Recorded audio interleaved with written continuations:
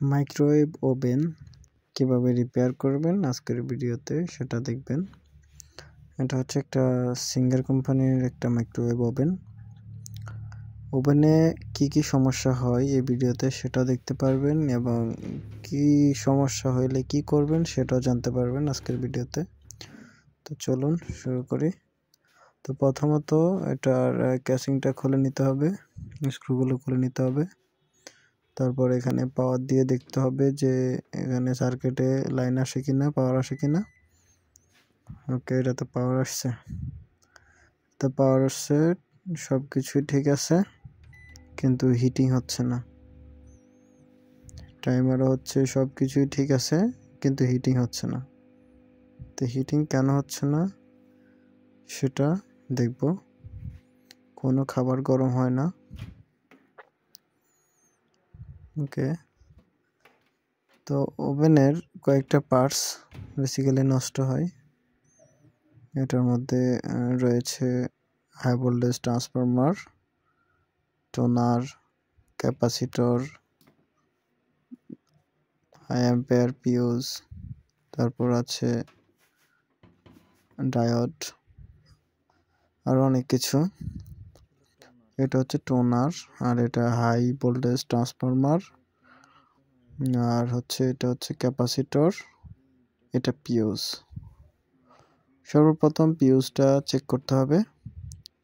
ফিউজটা check করার জন্য avometer অথবা সিরিজ লাইন নেবেন। আমি অ্যাভোমিটার দিয়ে ডায়োড মোডে রেখেছি, বিপ মোডে। তো বিপে সিলেকশন করার পর এখানে আমি আগে ফিউজটা চেক করব।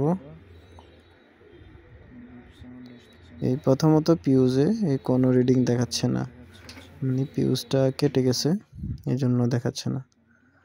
আর এটা হচ্ছে এই হাই অ্যাম্পিয়ার ডায়োড।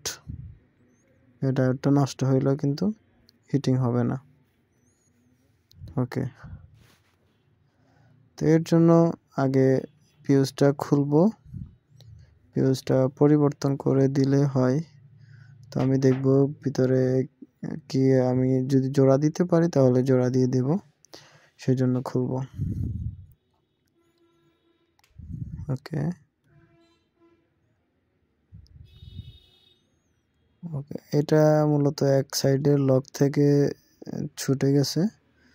তো এটা সিমটির সাহায্যে টেনে লকের মধ্যে ঢুকাই দিলে কিন্তু নতুন ফিউজ লাগান লাগে না। এটাতে হবে যে সিমটির সাহায্যে এইভাবে আমি টেনে লাগিয়ে দেব।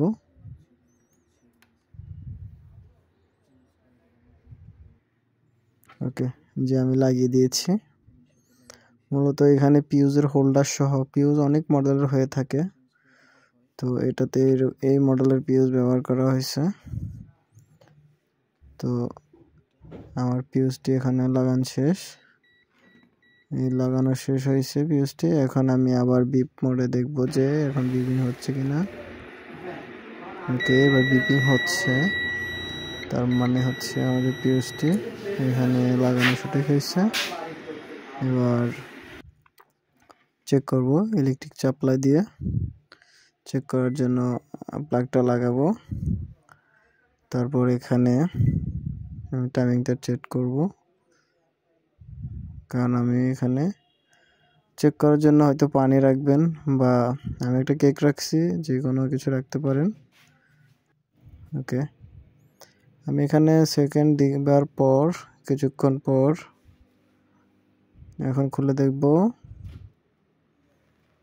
ওকে, আমাদের কাঙ্ক্ষিত খাবারটি গরম হয়ে গেছে, তার মানে আমাদের কাজটি কমপ্লিট হয়েছে। তো আপনি চাইলে এইভাবেই আপনার বাসায় আপনাদের এইভাবে এই ওভেনটি ঠিক করতে পারবেন। আর আমি যে সমস্যাগুলোর কথা বলছি এগুলো আপনি চেক করবেন, তাহলে হবে। এতক্ষণ ভিডিওটি দেখার জন্য অসংখ্য ধন্যবাদ।